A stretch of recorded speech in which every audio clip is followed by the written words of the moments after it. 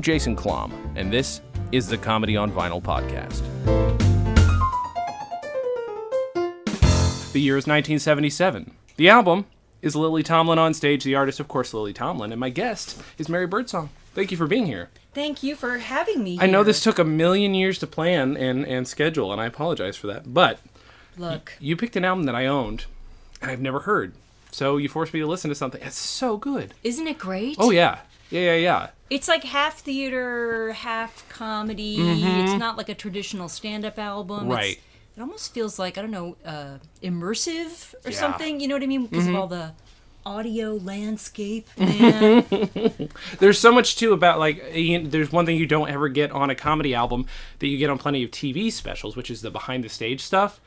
And at the beginning of this, even though there's a little bit of, like, actual fake, like, introduction and stuff, I'm pretty sure that's actually audio of her getting ready to go out. Yeah, isn't that great? She's like, Yeah. oh, I need a blow dry. Yeah, like, yeah. So she probably just washed her hair.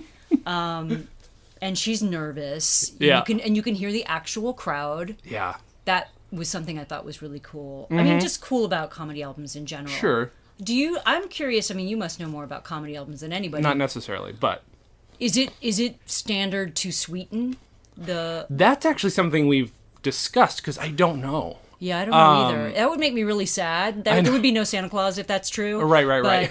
I get it if they do it. But... I think and again, I'll be corrected on this for anybody who's edited any of those, but I think honestly the sweetening is more along the lines of editing, putting in a better take from a better night, you know? That's my guess. Which I'm fine with. Yeah. I could be wrong, but at least you genuinely got that laugh, and it wasn't like, here's a shit joke that I pumped up. Yeah. You know, I don't think there is. This is so... But the thing about this, too, is that I can't tell is, like, I think there are some edits because she's talking to herself and all through most of it, you know? Like, she's doing her own characters back and forth, and some of them seem so fast, I wonder if they've cut that together, but I don't know.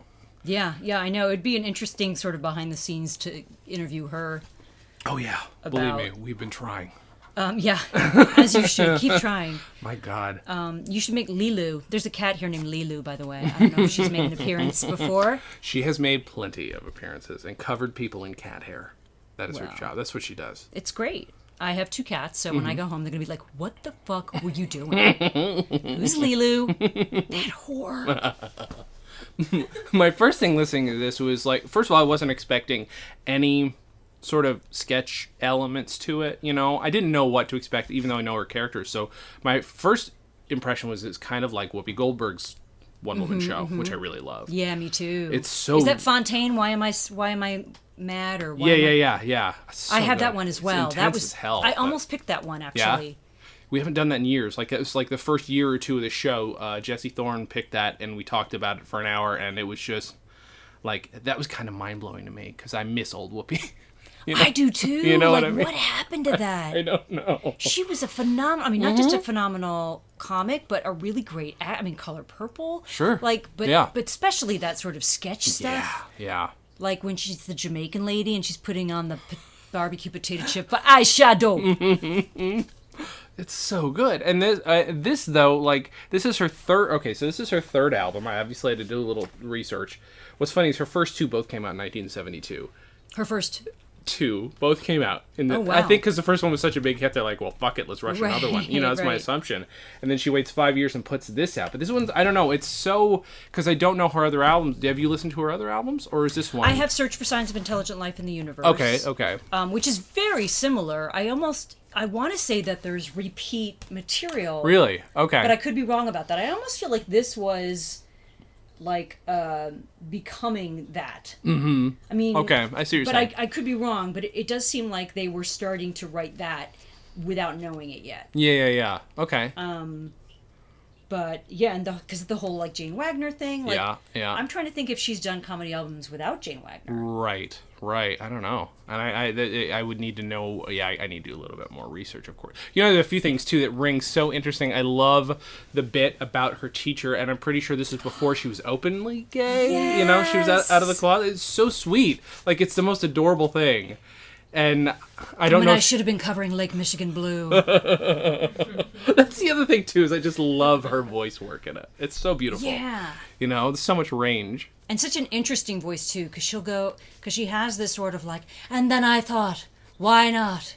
and like it's like very theatrical and sort of elevated, and then in the very next sentence, it's I don't want no motherfucking autograph. And like nobody, I feel like there weren't many. I can't think of any women back then who were doing that.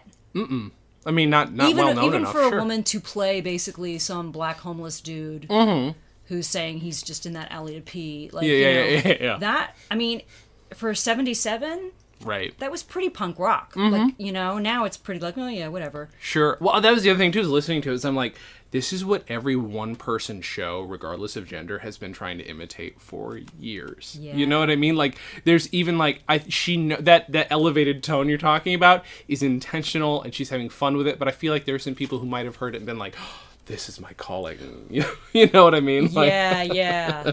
my story's interesting too. Yeah. When I don't think a lot of people realize she's telling them like the simplest relatable stories. It's not like I had these huge tragedies as a kid and here's what's funny about it. It's like, no, this is life. Yeah. You know?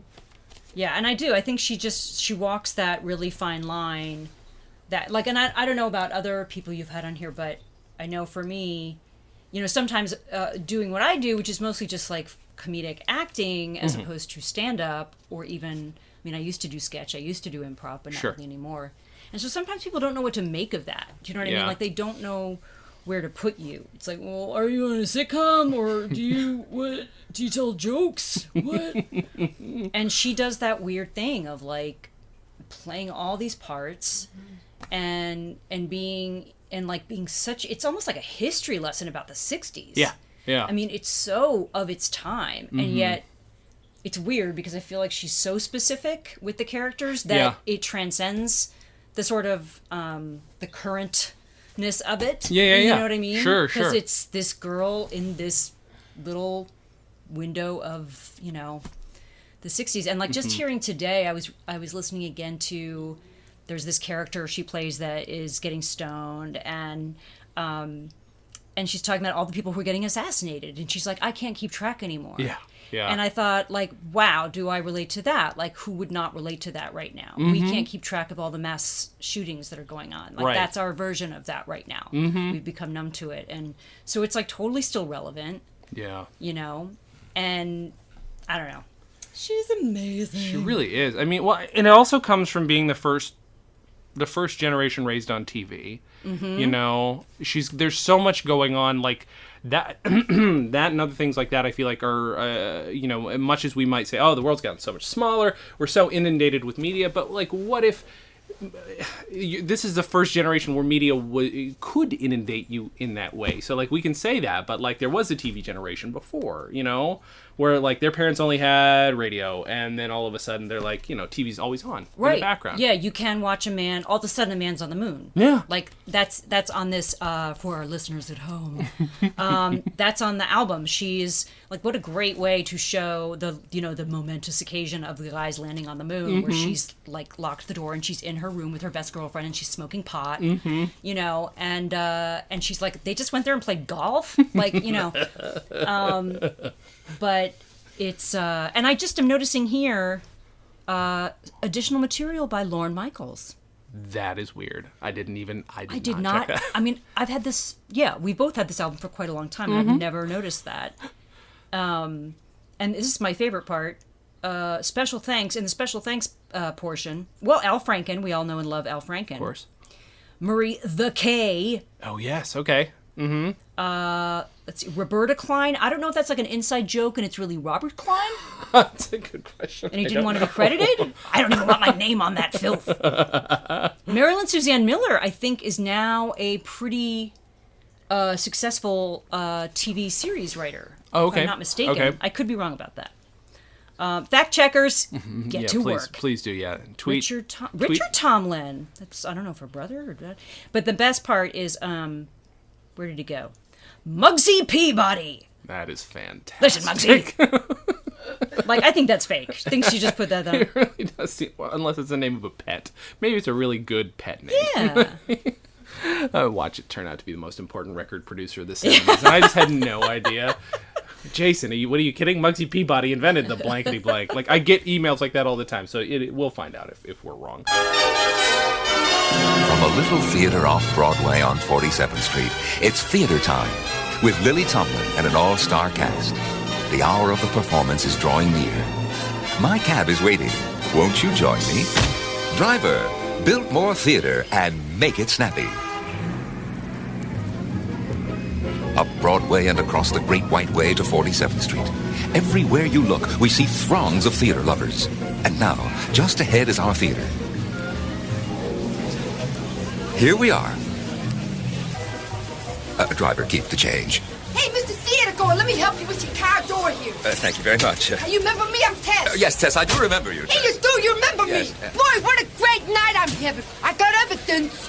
My pockets may be empty, but my shopping bags are full. Good night, Tess. Hey, listen, if you Yes. see Lily Tomlin, tell her the UFO guy told me to tell her the world is cracked. She'll understand. Tell her to spread the word. Excuse me. When did you first hear this? Was this an album sitting around the house, or did something you picked up yourself? I'm trying to think. I feel like a lot of the comedy that I got exposed to early on came by way of HBO specials. Okay, sure. I mean, the Whoopi Goldberg special was that. Gilda Radner, I'm pretty sure, was that. And also, wait, what did I mention? Eddie Murphy, Gilda Radner, Whoopi Goldberg. Like, all of those, I was just like, oh my God, what is this? You know? Yeah. I literally was like alcohol or something. I was like, oh my God, I feel weird. I feel really weird and really good. I feel like I belong in the universe. What's happening to me? But yeah, I remember just being so transported by those like hour long or however long they were. Just, you know, and very traditional, just them on a stage, like not very different from like Amy Schumer's special of Stand Up Now. But so I remember that, but I think I remember just hearing the album first. I don't know if I saw this one as an HBO special, or as my mom still calls it to this day. Homebox. We got the home box office. Is something good on Homebox? It's my favorite ever. That is fantastic. I want them to change. If I become super powerful and wealthy, I'm going to buy HBO. I'm going to tell you right now, and change the name to Homebox. It's not TV. Right. It's Homebox. But yeah, and I'm sure I'd seen little video clips of her somehow on Laugh-In. Yeah, sure. But again, this would have been before. I mean, it was in college when I think, discovered this. Okay. And that was pre-internet. Sure. Oh my God, I'm so old. I think about that now. Like, I remember I went to NYU, Jewish School of the Arts. God only knows how much money I was scraping together working 3 jobs to go there. And I remember, like, I had to write a paper, and I didn't have a typewriter, so you could, like, go to the Loeb Student Center and, like, you know, sign out for an electric typewriter. And that was just state of the art. Yeah. Man. Were you buying your records, or were you getting them? 'Cause, you know, for instance, Jesse Thorne, who did the show and talked about Whoopi Goldberg, like, his memory came from, well, I would go to the library, and the one thing I would check out all the time was Whoopi Goldberg. The library was it was a big deal. The library and the, like, 35 albums for a penny club. Sure, of course. Then you'd be like, I'm moving to Mexico because I owe them. You know, I'm never going to make good on this deal. Of course. Are they suckers? Yes. You know, they're thinking about starting that up again. Specifically, I think, for vinyl, because of vinyl. That right? I would do. Yeah, and then hopefully not have to run to Mexico again. Yeah, But no, I would do remember it, too. feeling such guilt over that. Yeah, I'm pretty sure that they were 8 tracks at one point that I was getting. Sure.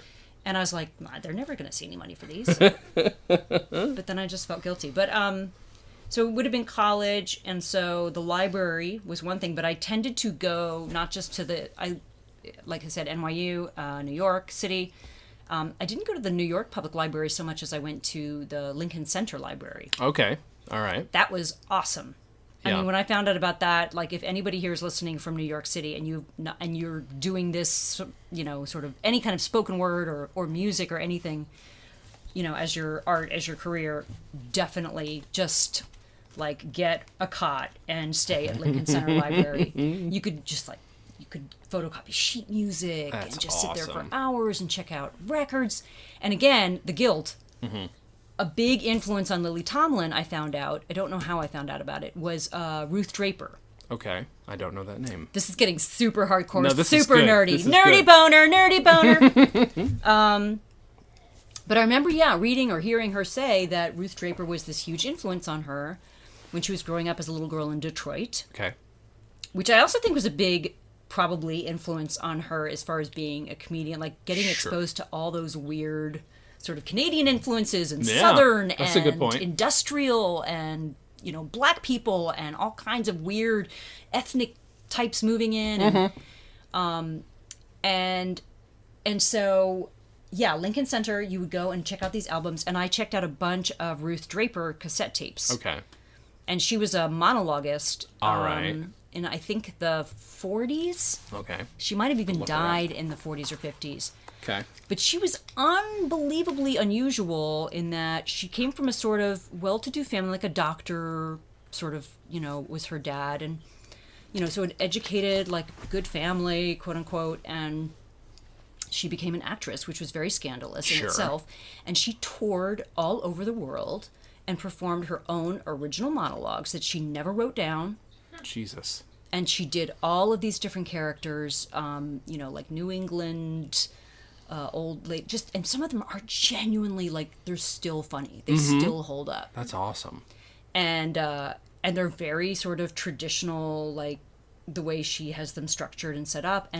But she's so in that camp. It's easy to see how Lily Tomlin was made from, 3 parts Ruth Draper to 2 parts this, because she just, there's these really long monologues. Are they personal stories, or are they something else? No, she's like, well, I'm having my language lesson. Come in, yes, come in.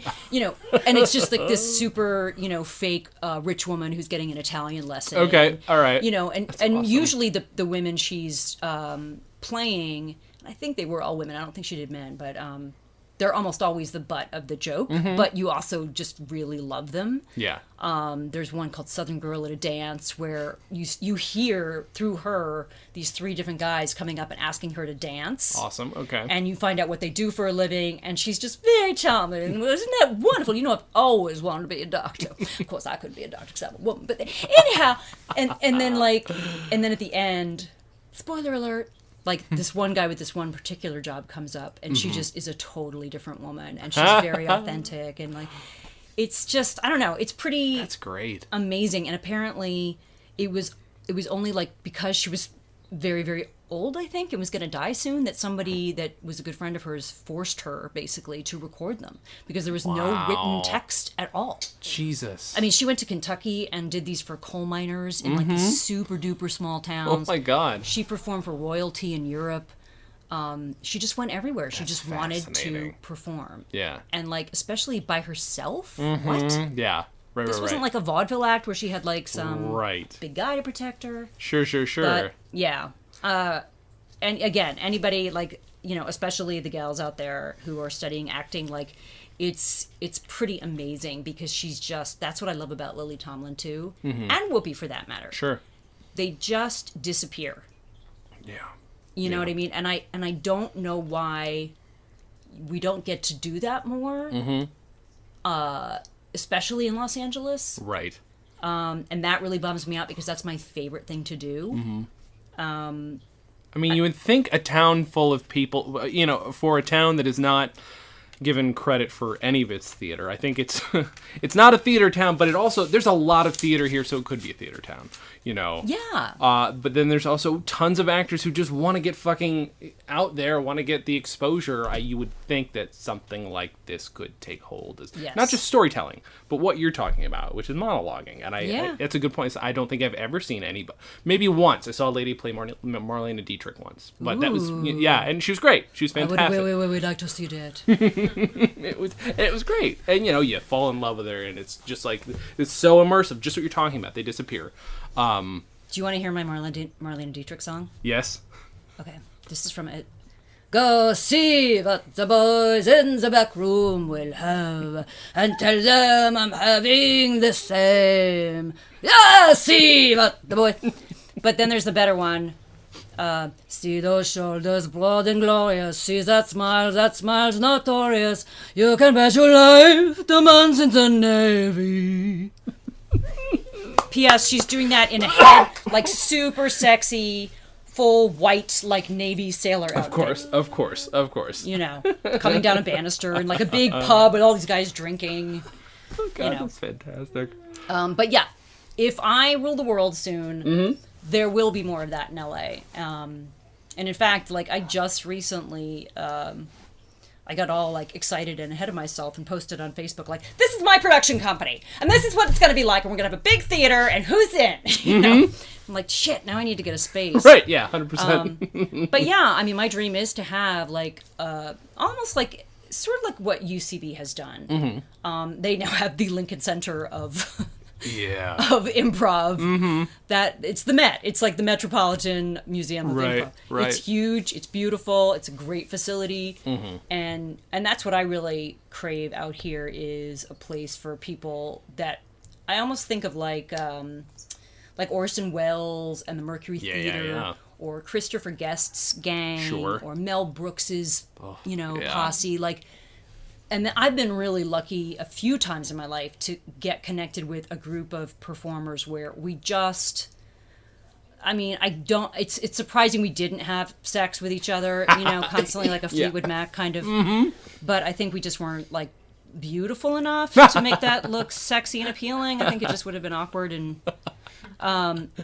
but that like love fest when you just can't wait to go, play and perform with these people. And, I just love that. I mean, and we're in the middle of pilot season right now. Right. So, and I'm super lucky that I'm even getting to go on auditions. Sure. Because a lot of people can't. Right. They don't have that access or whatever.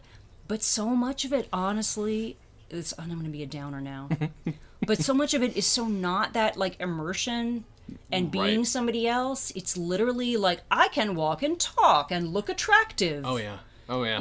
And look, roll my eyes at my old fat husband that I'm mysteriously married to, even though I'm 25 and a size 0. It's just, I don't know. It just does not like get me excited. House is out and she's there.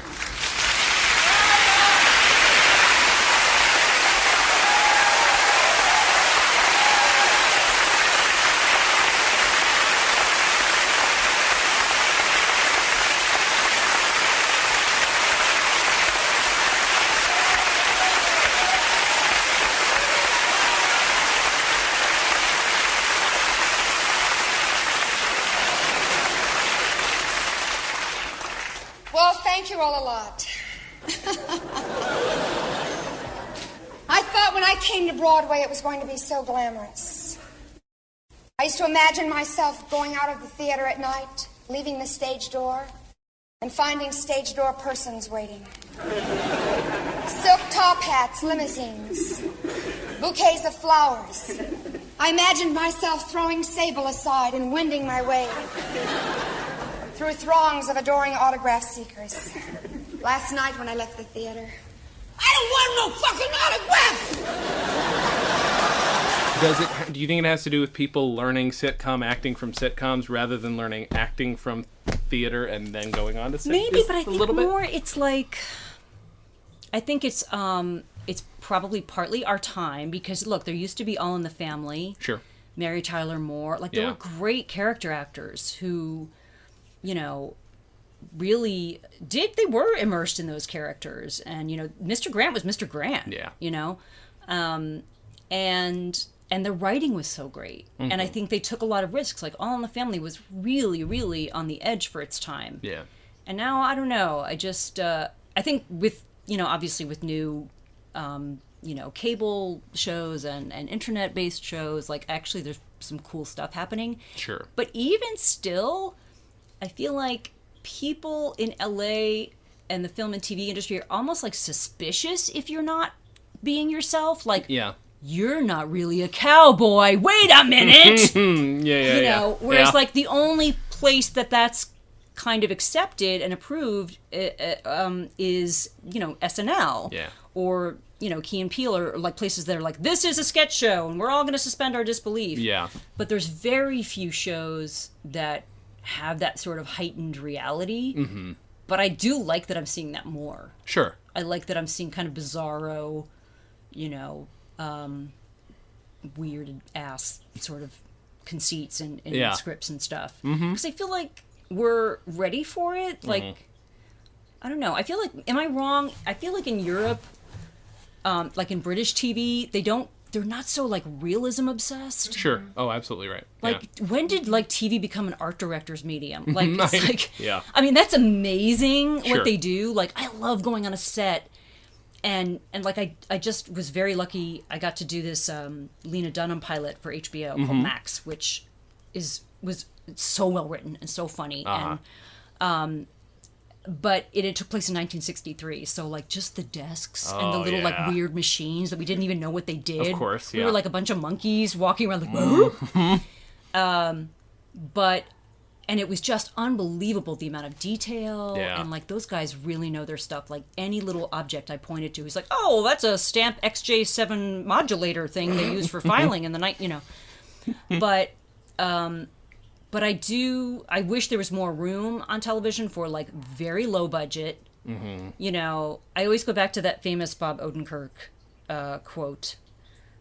What is it about, like Monty Python, that when he slammed his foot for the silly walk, like you could see the walls move. Yeah. You watched the walls shake and you didn't care. Yeah. In fact, it was better that you knew it was fake. And I really, I don't know. I am putting a call to action. More fake shaky walls. There is. I mean, that's not a bad point, because there's this. You've got to balance one out with the other. So you've got to have wonderfully amazing, talented actors stomping their feet, because you can go to, and this is not to shit on YouTube. YouTube, not that it's been kind to me, but it's been kind to some people I care about. So, like, not everybody, but it is a sea of everyone. Anybody can put their shit in there. So, all of those people with their shaking walls, it's hard. You've got to have people who really, really, really know what they're doing, Yes.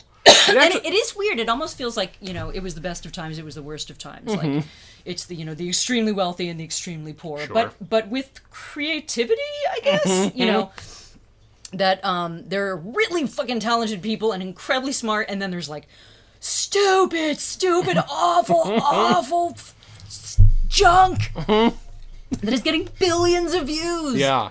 That's disturbing. Whereas, like, this album makes me think, like, who is there anybody who, at the height of their film stardom, would do this and / could do this? Like, just do a one-person show? It's weird. It's weird, right? I mean, she'd been doing it, and it's what got her famous. But to continue doing it when I read she turned down doing what's the name of her operator character? What's the character's name? Oh, Ernestine? Yeah, she turned down, supposedly in the 70s, a $500,000 contract to do that character for AT&T because she didn't want to fuck with the character. That's amazing. Yeah, in the 70s. So, fuck. I mean, like, this woman's intense. Like, it makes me respect her a million times more, because I wouldn't have the guts to turn that down, I don't think. No, and watch, I think like, I'm an artist. Tomorrow we're going to turn the TV on, and it's going to be like some super, like, IMAX computerized Ernestine, like Lily was finally like, oh, fuck it. Yeah, right. I'm old. Well, I mean, she what else is she gonna do with that character at this point? But at the time, I mean, it's crazy, because I'm trying to think of an actor or actress who could just go, again, comedy albums were more of a thing, but to do but just to do an art piece out of nowhere. Sort of. I mean, Eric Bogosian. I don't know if you've ever listened to Eric Bogosian. He was a big deal in like the 80s, but he was more like the sort of Lenny Bruce monologuist. Sure. Or Dennis Leary, or but Eric was John Leguizamo. Oh yeah. He too, like, he has that influence That's true. on me, like Whoopi and Lily and Gilda. Like, I don't know why that form speaks to some people more than others, but it just, I don't know. I'm just fascinated by people who can just stand up there and just totally be somebody else. Right. But I mean, you've done. I mean, but you've biographically done it, right? When you did Judy Garland. Oh sure, yeah. I mean, I think that's why I did really love it so much. And it was sort of accidental. Like, a friend of mine in college was like, "Oh my God, you have to watch the Judy Garland variety show from CBS." And I was Okay. like, "What are you talking about?" Judy was Dorothy. I didn't know she did anything else after that. Sure. Yeah. I was such a Jersey girl. And like if culture was a body part, you know what I mean? I would have been like blatantly missing like there would have been a huge cavity next to my liver. But despite that, you know, I do this. And oh, wait a minute. I just totally had a brain fart. What were we? Judy Garland. Judy Garland. You That doing was your such show, a yeah. Judy moment that I had just now. But yeah, so he sort of showed me that TV series and the sort of comeback years where she's the torch singer Yeah. and she's up again and she's down again and she's up. And I don't know, for whatever reason, I really latched on to that. And just, it was a full-on obsession. Yeah. And the nice part about that, actually, is I tend to be very, although I am not technically on the spectrum, as they say now. Yeah. I love that. Fucking love that. It's like it's going to be on the dating profiles soon. But Asperger's, check. Yeah, I tend to be a little bit like ADD, and like my creative eyes are bigger than my creative stomach. Sure. So I want to do everything now. I get it. Yeah. And believe me. I'm sure. And for some reason at that point, I think this might have been right after 9/11 actually. And I remember my response to 9/11 was to mount 2 solo shows simultaneously. Shit. That's the way I deal with stress. And I'm like, I'm fine. Okay, so Judy Garland, here we go. But for some reason, I was finally able to just get that sort of tunnel vision that I think is sometimes necessary. Yeah. Especially when you're like trying to not just be somebody that you've made up, but somebody Sure. that, you know, you kind of want to honor at the same time, but Yeah. be truthful. And I ate, slept, breathed, drank, fucked. Like I just was, it was Judy 24/7. Yeah. And I discovered I really liked doing the research, Okay. which, you know, if anybody had come up to me in high school and said like, yeah, hey, want to do a research paper? Super fun.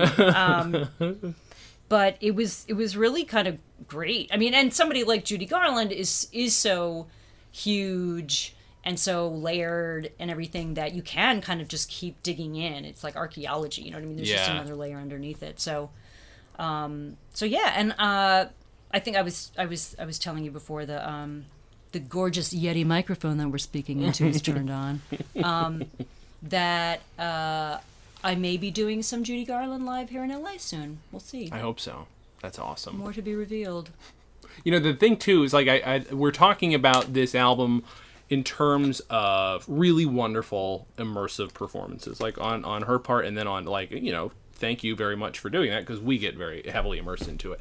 But it's really, really tightly written too. Yes. That's another thing too that I think maybe I wasn't appreciating while I was listening to it. It's just her word choice and everything. Like, it's just really brilliantly written monologues. Just the language is not too flowery. It's written perfectly for each character.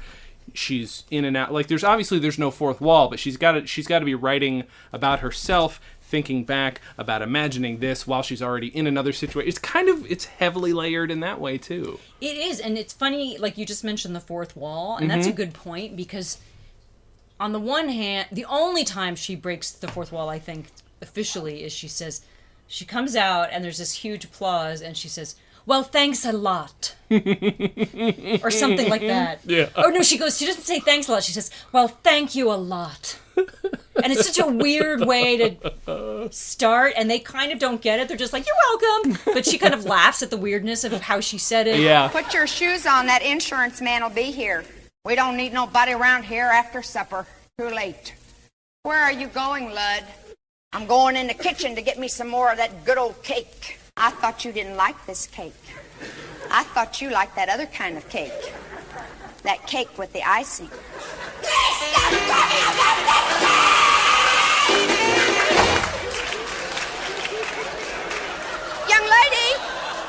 Young lady, I want that screaming stop this minute. Do you hear me?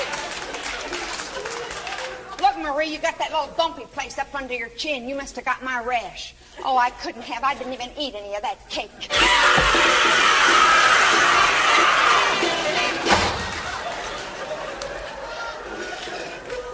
I can't even say the word hush in my own house. That just takes the hush. And her voice is so beautiful too. Oh, thank you a lot. But then, even though she's not breaking the fourth wall and turning to the audience and kind of snidely saying like, and then when I was 5, I moved to Idaho, Right. you know, and as we all do, Of course. move to Idaho. But it's weird. There's like almost like an understanding that she's breaking the fourth wall the whole time. Yeah. Yeah. Like the audience and her are both in on the fact that this isn't really happening. Sure. And, you know, I don't know. I guess it's something like there's the family sort of scenes where I feel like the fourth wall does really go up. Yeah. But then when that's down, there's sort of these weird sort of more, I don't know, just sort of regular monologues where there's no, you know, trying to pretend that she's not in front of an audience on a stage talking. Sure, yeah. But it's fine. It's not weird. It's just great. Is there a character or a moment or just like a track on this whole album that stands out to you as one that you remember the most or love the most? Well, I love Tell Miss Sweeney Goodbye is the best ever. Mm-hmm. I remember at one point I actually transcribed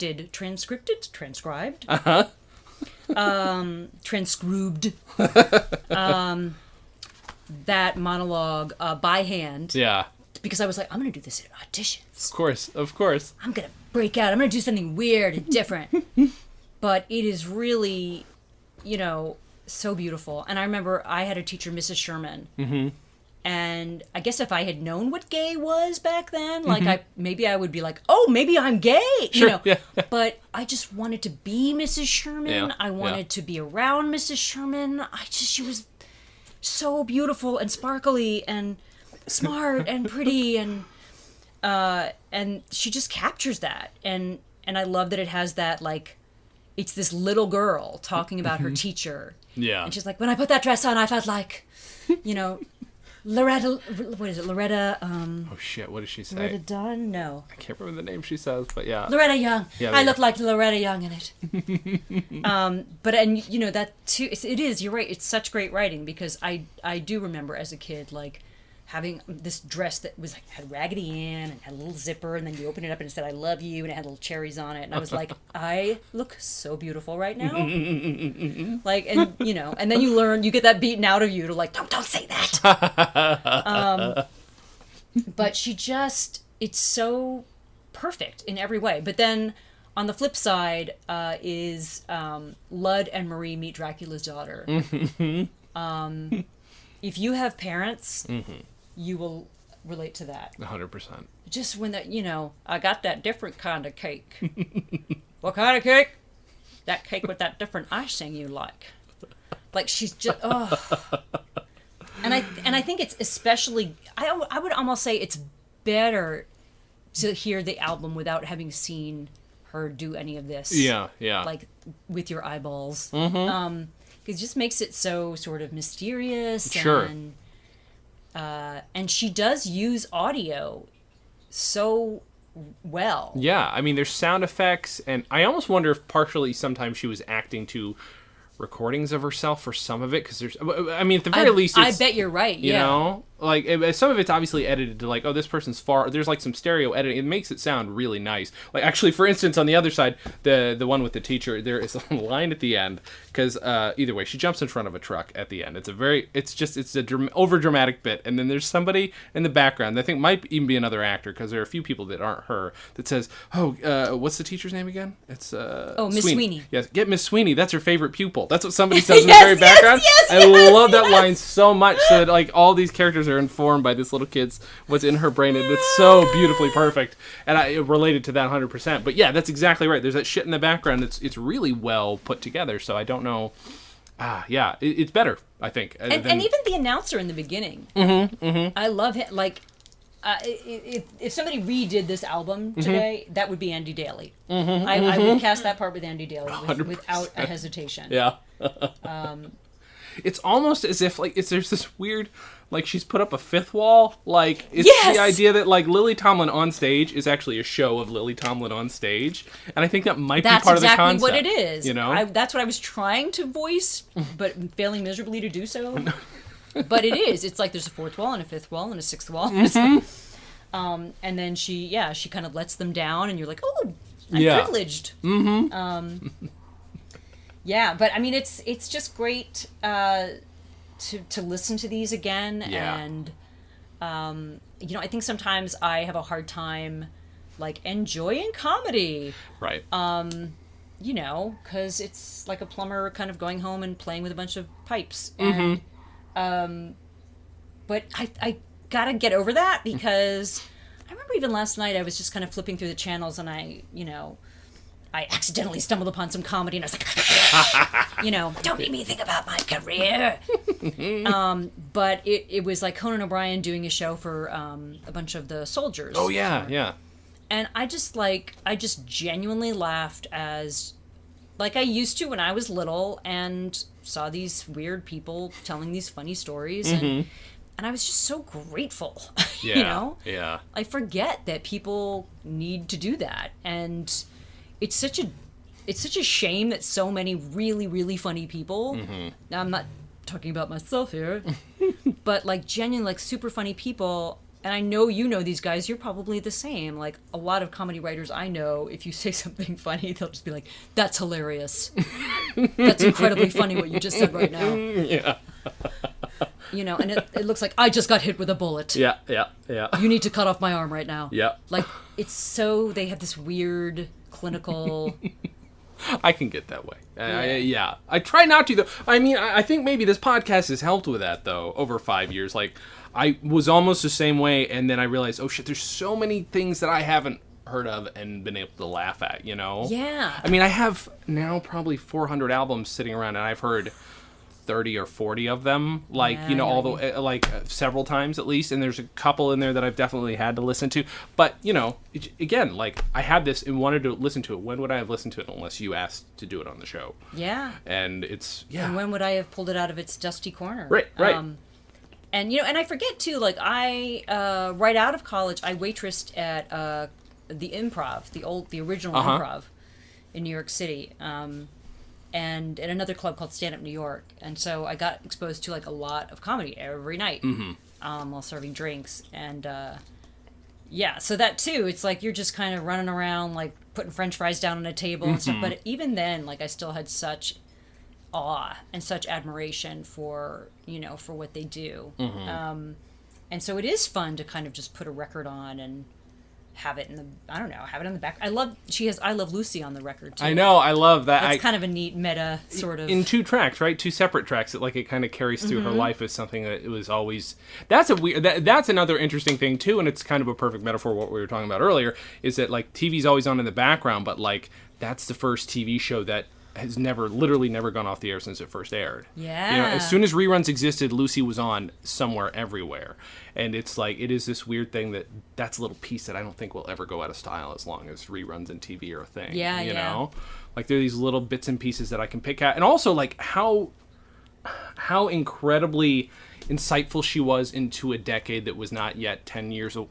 I know how I was struck by that too. Like how is she so wise about this stuff before it's even over? Right, like she's making fun of while also remembering what it was like to protest or want to protest. But she's also like, some of the shit we were protesting was stupid because we were dumb teenagers. Like, you don't often hear that. But also at the same time, she's not like, it's not like in 3 years she's going to be a giant Republican sellout because of, you know what I mean? Like, she's somewhere in the middle. She's like, I remember these times. They weren't as great as I thought they would be. And I do like that she just career-wise has sort of, it seems, continued to walk this line of not selling out to AT&T, but not kind of going away into some commune and, disappearing forever. Yeah. And she still does, work and she's still respected, and she's still loved by young people, and she's still remembered by the older people, and So she's just, that would be a bucket list thing for me, is to get to work with her someday. Of course. And I've also heard she's really nice. I have a few That's friends who the met other her, thing, too, and she yeah. was just incredibly sweet. Mm-hmm. And don't be fooled online, people, by those videos of her arguing with David O. Russell. That's just because, from what I hear, David O. Russell's a giant cock. Oh yeah, I heard that was really, It's really bad. tough, but it's like them, like it's her having to bite back at this guy who just is impossible to work with. That was a good video. Yeah. Well, I mean, the other thing too is like she's a tough lady. Like I feel like you know? every young girl who says like, I want to be an actress, I'd be like, deal. Watch this first. Yeah, right. If you can hold your own with David O. Russell, like Lily Tomlin, this is what you do. Yep. Watch Lily and learn. I'd sit at that first desk in row 3 for hours trying to figure out that monogram. I knew the big S stood for Sweeney, and I just had to know what her first name was, little M, little A. And one day when I should have been coloring Lake Michigan blue, I peeped up and I saw Miss Sweeney reach inside her cashmere sweater. My heart stopped. As I watched the shape of her hand move slowly under little M, big S, little A. I didn't have breasts yet, I was only 7. But I knew that when I did, I would feel about mine exactly the way Miss Sweeney felt about hers. That day I walked her to her car for the first time. What is it that you wanted to ask me, Lily? Is your first name Margaret Ann? Oh, how did you guess? It was just a hunch. Could I call you Margaret Ann? Well, I think you'd better call me Miss Sweeney. Yeah, okay. Well, at least in front of the other children. See you tomorrow, Margaret. In my mind, we were friends. True, she was taller. Almost 3 feet. But they didn't like kids wear high heels to school in those days. Like, honestly, like, that's the other thing, too, is, like, you listen to this album, even if you know even a little bit more about her life, it's not like she ever in any way deals with being gay or having to keep it, you know, at least a little bit quiet. It was like an open secret in the 70s, but at the very, like, she doesn't talk, so we know she went through a lot more shit than is on here, of course. But she's picked and chosen these just very, not necessarily light, but like she's been very careful about what she's wants us to hear. It's still like really emotionally poignant, but like again, none of it's really tragic except with her father passing away, which is a really emotional part of the album. Yes. Although she does say, like, you know, we were so touched when you played the I Love Lucy theme on the organ. Yes. It's great. Yeah. I mean, and it's an interesting angle on, like, and I so applaud anybody who has the courage to, you know, sort of come out or come clean or just share something that they're, you know, having a hard time with. But it was a different time then. Like, sure. It's interesting that she didn't hide it, but she, Then again, I would imagine, I can't be sure of this, but I would imagine it would have not been as difficult for a woman maybe to, I don't know, to be less, I just wonder if men were sort of, it was more obvious if they were with another man. I don't know. Maybe, I don't know. That's a good point. So, you know, if you were going, have you done any, like, autobiographical monologues yourself or anything like that? Have you? The look on your face implies it. Yeah, lately a lot. Yeah? Yeah. That's been very weird and different for me. And I think it was around the same time that when I said, like, 9/11, I was doing this Judy Garland show I wrote called Judy Speaks. And at the same time, I was like, and I'm also going to do an autobiographical solo show. Okay, so that was the other one. Okay, wow. And that was hard. It was like, oh, this is too soon. This is too soon. Okay. You know, tragedy plus time. I needed more time. And so right now I have a half-hour script that I wrote with a really great writer named Jacob Mazeros, and it's basically all about, like, my mom and just weird, crazy stories of growing up, and I love to play that character of my mother, and it's really interesting. It was a really interesting transition going from, like, you know, no, I'm an old Italian grandmother, what? You know, to having sort of the whatever, the I don't know, the I don't know what, to get on stage and be like, I'm going to tell you stuff that actually is about me. Yeah. And you might like it, you might not, and that's okay. Right. That always terrified me, of like, how dare you stand on a stage and expect me to be interested in what, you know, it actually happened to you. But it was a really freeing experience to try and say, like, I don't care. Yeah. Yeah. If this bums you out, or if this makes you angry, or if this makes you happy. Yeah. Like, of course I care. Sure. But I'm willing to not care. Yeah. enough to do it and have it suck, and then do it the next time and have it be a little better, and then Sure. you know. And unfortunately, yeah, that's the way you have to do live theater. Is you cannot do it without the audience, and Right.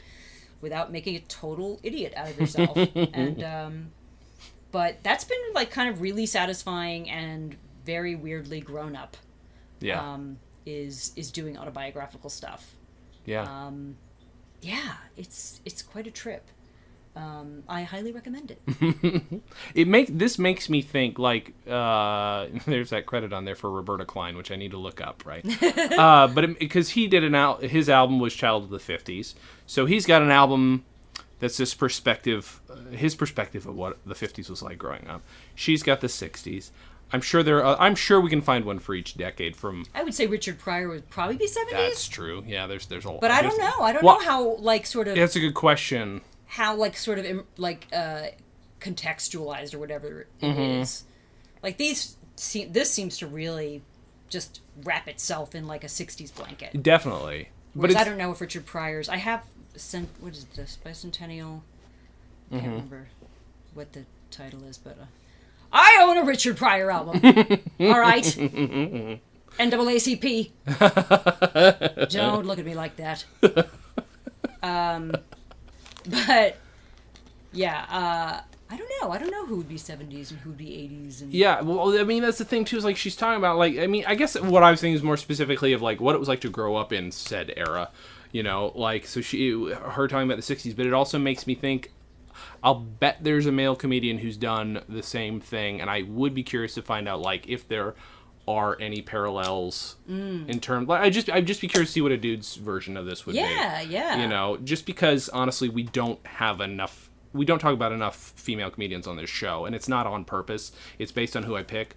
But who I pick, obviously, you go look at the website, has been a lot of dudes, and not on purpose. But it's something I'm trying to change, and that's why I feel like I would love. I honestly would like people to just, like, email me more. So people just email me, Jason at Comedy on Vinyl. I definitely will. Like, and yeah, you're right. I mean, it's not easy to do a 50-50 split on comedy albums with women and men. I'm just trying to think, like, maybe. I almost picked Bob Newhart, the button-down... Button-down mind? Yes. Mm-hmm. But I guess he's probably 50s as well. He's probably more child of the 50s. Yeah, 50s, 40s even, probably. And he's not even... Again, he's more, I don't know, not conceptual, but he's not doing, I think, the same kind of... Right, yeah, his own thing, like these little individual sketches. So we've gone over your favorite bits of this album. Was this something? Did you share this with your family at all, or is this just you? It's just your thing. I don't think so. Yeah. Well, you said you discovered it in college, so I guess you probably wouldn't have been at home. And it was like, I remember just feeling like, this is what I want to be when I grow up. This is what I want to do. And it was really great. Like, God bless that she was there, and Gilda was there, and Whoopi was there, and Carol Burnett was there to kind of give us this, like, this is kind of how it might look if you did it, Yeah. Doesn't have to, but because I didn't know what to call it, it was just kind of me, like, goofing around in the living room, or shutting the door and talking into a tape recorder. Yeah.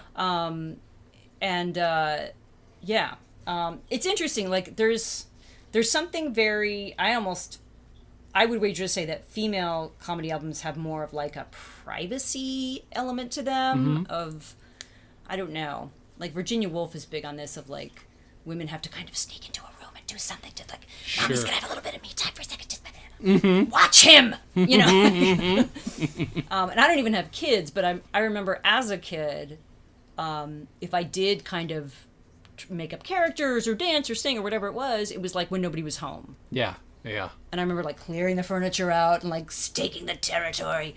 Yeah. And so I like that. Maybe I wonder if that's part of women kind of really doing that great sort of immersion and monologuing and just kind of transporting them, you know? There's a real escapism to it. That's a really good point. Yeah. I'm super smart. You are super smart. No, but like it's like it's not dissimilar to my own experience, which is why I think I relate to it so well. You don't remotely have to be a woman to love this, obviously, but like I that's obviously a perspective I'm not going to have. Like just like you have to keep.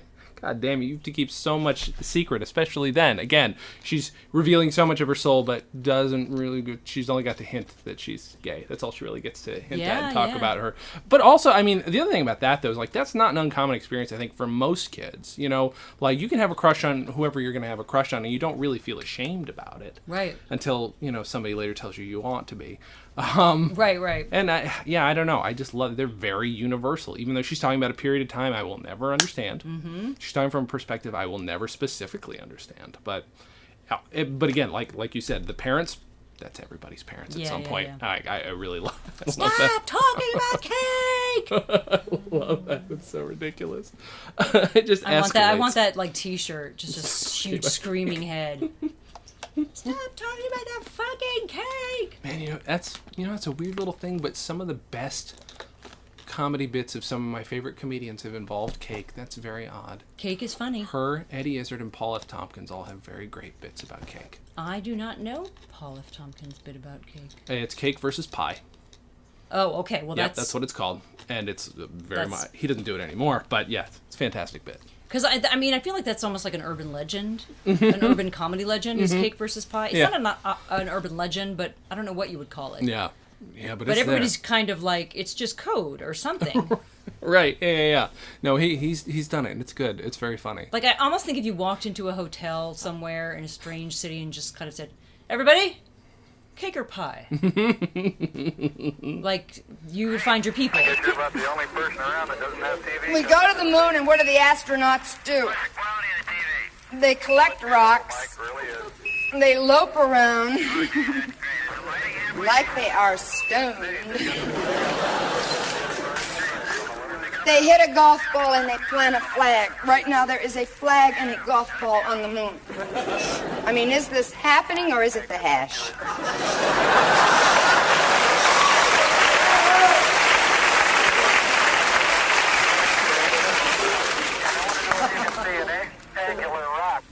You know, I should be watching this with my parents. Daddy must be so proud of this country right now. What, Mother? Yes, we're watching. Is Daddy? He's watching. Oh, that technology to get to the moon, and what did we do? We played golf. Oh, inside. That's what we should have done when we went to Vietnam. We should have played golf. Oh, I hope I can remember this tomorrow. Let's say somebody like me only knows Lily Tomlin from movies, or actually her Netflix show is really good. I really like it. I don't know if you've seen it. I have not seen it. It's really good. She's the best part of it. Wait, no, is that the one with Jane Fonda? Yeah. I feel like they didn't pick it up or something. From what I heard, there's a season 2. I could be good. Okay. I could be wrong, but the first season's really great.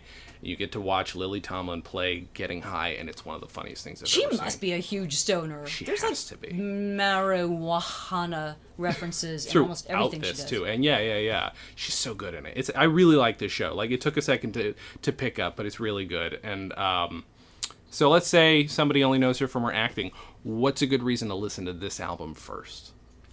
I think because of just the key word there, like listen. Yeah.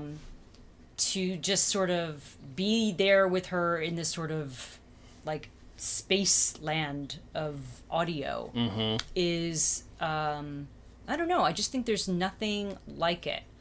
It makes you have to be more, I guess, engaged, and it to me, like, it really does sound like she's kind of just doing it for you, and like you're both kind of in on it together.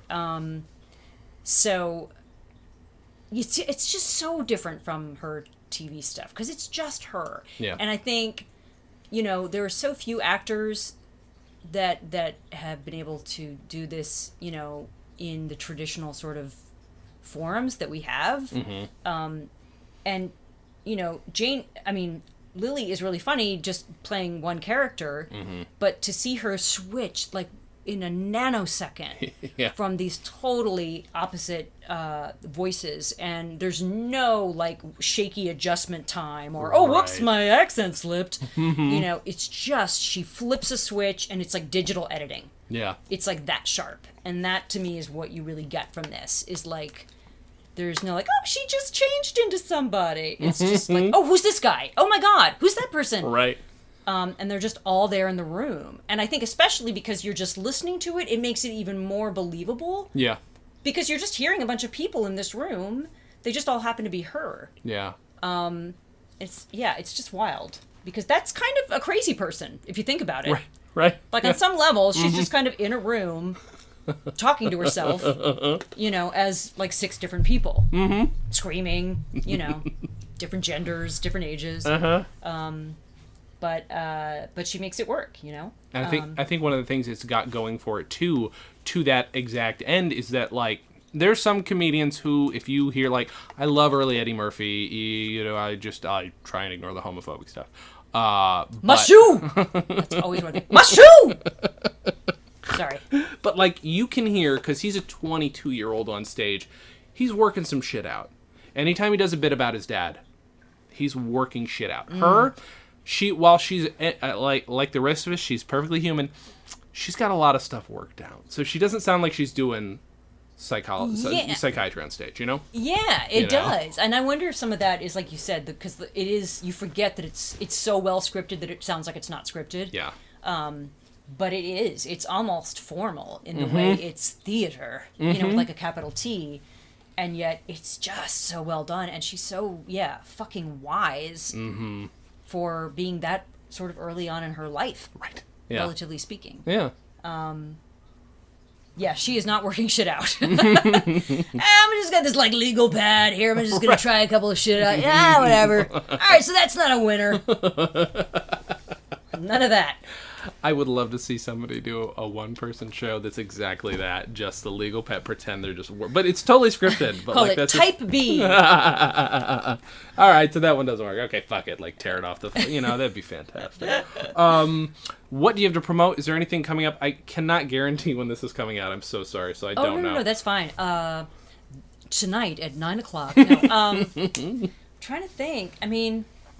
Oh, I'm doing Villain de Blancs... on Leap Day. Okay. That may have already passed by the time people listen to this. Possibly, we'll see. But it's at Rockwell Stage, which is a great venue, and it's really fun. It's basically live Mad Libs. That's awesome. You know, all the actors are on stage, and we go out in the audience beforehand, and we have these blanks in our scripts that we have to fill with, like, you know, an adverb. Jesus. Okay. You would be amazed how few people know what an adverb is. Oh, no. Know what a fucking noun is. No. I was weeping. But still, it's really fun because you just sit up on stage and all of a sudden you look down and, you know, you have to kind of make it work. Holy crap. Yeah. And this one is going to be like a sort of a sci-fi space film that we're acting out. Awesome. So that's going to be really fun. February 29th at Rockwell. Villain de Blancs. And there's other stuff too, but right now I can't think of what it is. Okay. And there's one thing I can't say yet Right. because I haven't officially finished working it out. Understood. But lots to explore. Please, if you have enjoyed my voice on this program, you can go to Mary Birdsong on Twitter, twitter.com/Mary Birdsong. I'm really into Vine. Here's what I can promote. Okay. Because it's going to be all year long. I decided yesterday that I would be doing a different character every day for an entire year. Jesus. On Vine. Oh my god. Which is daunting, but come on, it's like 6.5 seconds. Sure. A day. And I'm actually sort of really excited about the challenge of it. And it's getting me back. I think part of me doing that, honestly, I have you to thank. Because getting, like, you know, back into the sort of Lily Tomlin head has made me remember how much I love doing that kind of work. Sure. You know, and again, like, unless you're in the groundlings or something, it's like, well, where do you go with that? Right. You just walk around the bus station and pretend to be other people. Yeah, you know? You're a homeless person. Those are your options. But yeah, I'm really obsessed with Vine these days. I am probably 25 years too old to be on Vine, which they love to remind me. Boy, the kids today. Oh, God. Wow. Uh-huh. They are mean. Oh, shit. And I don't take it. Like, I don't just go like, you know, well, fuck up! Or delete them, or, you know, I totally lecture them and write them a long letter, and I'm like, you're better than this. And they don't know what to fucking do, and they're like, I'm sorry, ma'am. That's awesome.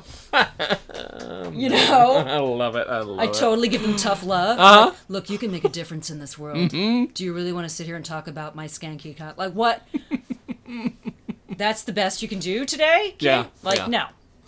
no. But, so please, it's vine.co for some reason. Interesting. Okay. Vine.co. Mm-hmm.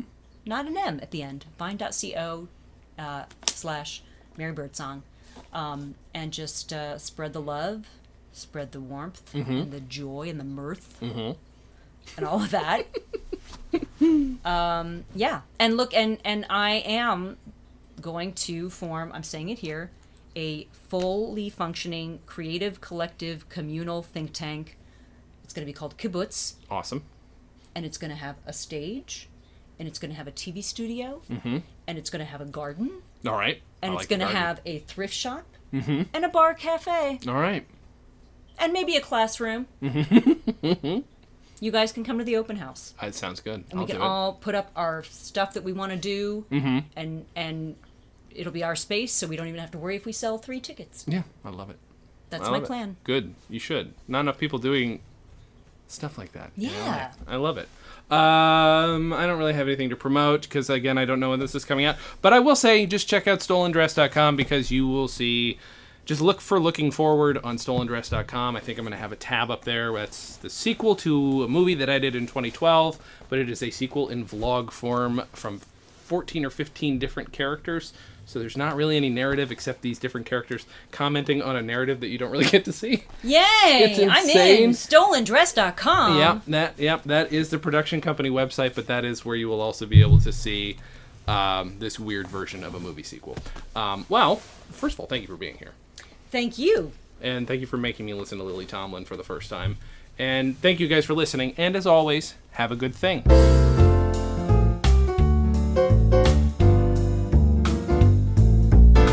Comedy on Vinyl is a production of Stolen Dress Entertainment. It is produced by Mike Warden and is hosted and edited by Jason Klamm. Our theme song was composed and performed by Richard Levinson. Please visit stolendress.com to listen to our other podcasts, read our blogs, read our tweets, watch our videos, and read our books. Please subscribe on iTunes, and if you like us, give us a 5-star rating and a nice review. You can find us on facebook.com/comedyonvinyl, Twitter @comedyonvinyl, and find everything else at comedyonvinyl.com.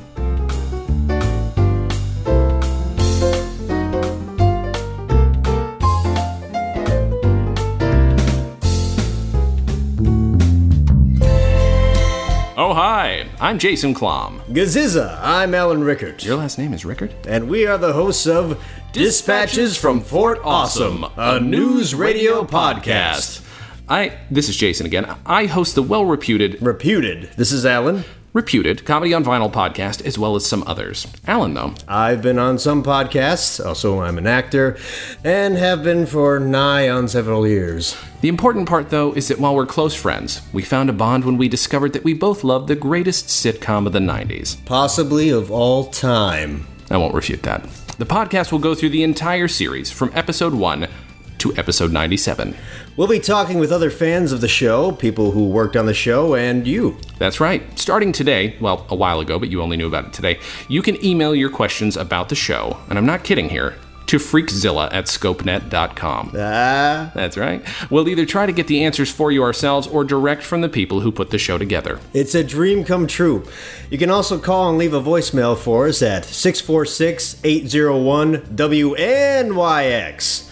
If it's relevant or funny or even stupid, as long as it's news radio related, you have a good chance of it getting played on the show. So please, follow us on Twitter at WNYX News Radio or like us on Facebook.com/NewsRadioPodcast. In the coming weeks, basically, once we get some important people to sit down and record with us, we'll announce the launch of our first episode. But what if they think this is the first episode? If they do, they insult not only me, but also my cane. That's my episode. You can't own an episode. That is my favorite. Mine too, and like everybody else's. This one I like, I keep. This one displeases me. Coming soon on the Stolen Dress Podcast Network. Dispatches from Fort Awesome, a news radio podcast. All of this talk of aged lunch meat and ghosts has made me peckish. Equally dumb closing quote. God damn it, Alan.